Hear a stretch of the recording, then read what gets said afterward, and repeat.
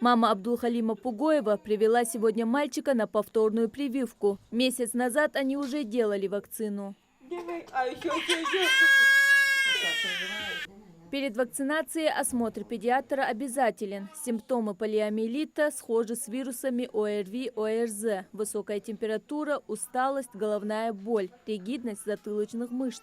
Родители уже понимают всю серьезность болезни и то, что они напрямую в ответе за здоровье своего ребенка. Я считаю, что это очень важная вакцинация, потому что дети, они постоянно находятся в контакте, и для нас это важно, для родителей, и также для окружающих это не менее важный вопрос. Мы сделали первую, перенесли мы ее очень хорошо, не было никаких реакций, ребенок не температурил, то есть мы были очень довольны, и, естественно, мы пришли продолжить вакцинацию, чтобы получить хороший иммунный ответ.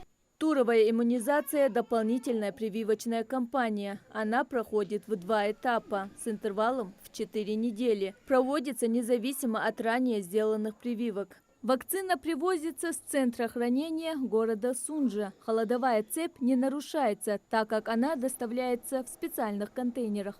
Вакцины хранятся в мини-центре при температуре от 2 до 8 градусов. Также работает и генератор на случай отключения электричества.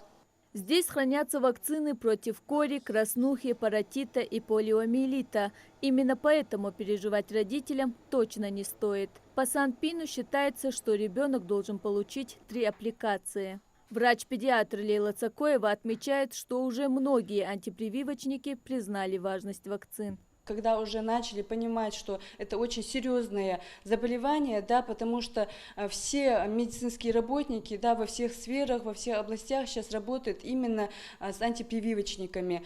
Да, они слушаются, да, понимают, что последствия необратимые и уже как-то лучше идут на контакт с врачами и позволяют делать вакцинацию. Первые 3 вакцинации, которые мы делаем по национальному календарю, это, соответственно, неживые, как говорят в народе, если сказать по-другому, это инактивированная вакцинация.